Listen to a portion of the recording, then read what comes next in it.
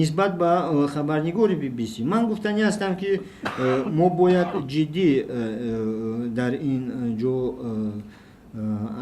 эҳтиёткорона бояд амал кунем ва таваҷҷӯҳи ҷаноби президент ба ин кор низ худаш маънои онро медиҳад ки ин аз танҳо як амали ҳуқуқӣ боло шуд, ин як амали сиёсӣ гашт. Чӣ саъю кӯшиш пеш аз ҳама президенти ҷумҳурии Тоҷикистон, сиёсатшиносон, сиёсатмадорон, шумо рӯзноманигорон шабу рӯз кӯшиш карда истодаем ки обрӯи Тоҷикистон дар миқёси байналмилалӣ камтар як зиначаам бошад баланд кунем. Лекин ҳамин гуна хатоҳо ё ин ки ин гуна як гӯем хато ҳам нест, ман намедонам мушаххасан ин кор бо чӣ алоқаманд аст, лекин ҳар як коре ки корманди амният ё ин ки вай мекунад бояд оқибаташа ба назар гирад, ба чӣ оварда мерасонад ё намерасонад.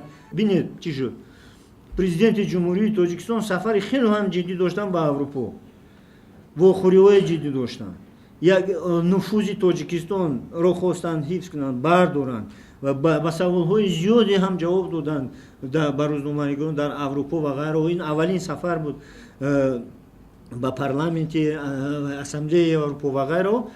Лекин баъд аз ин бинед ин ҳодиса ва тамоми ҳамон сохторҳое ки президент дар он ҷо буд нисбат ба Тоҷикистон гӯем нигаронии худро гуфтаанд ки ана ин хел кор, охи ин корҳои хел намешавад бародар. Агар ки дар кор бошад, намедонам, бояд аттестатсияи кадрои дар системаи амният бояд гузашта шавад. Ва ман фикр мекунам дар ин ҷо бояд вазорати корҳои хориҷӣ ҷиддитар амал мекард. Вақте ки сафирҳо нотаҳо баён мекунанд ба ҳукумати Тоҷикистон, бо онҳо кумитаи амният бояд кор накунад, бо онҳо бояд вазорати корҳои хориҷӣ кор кунад.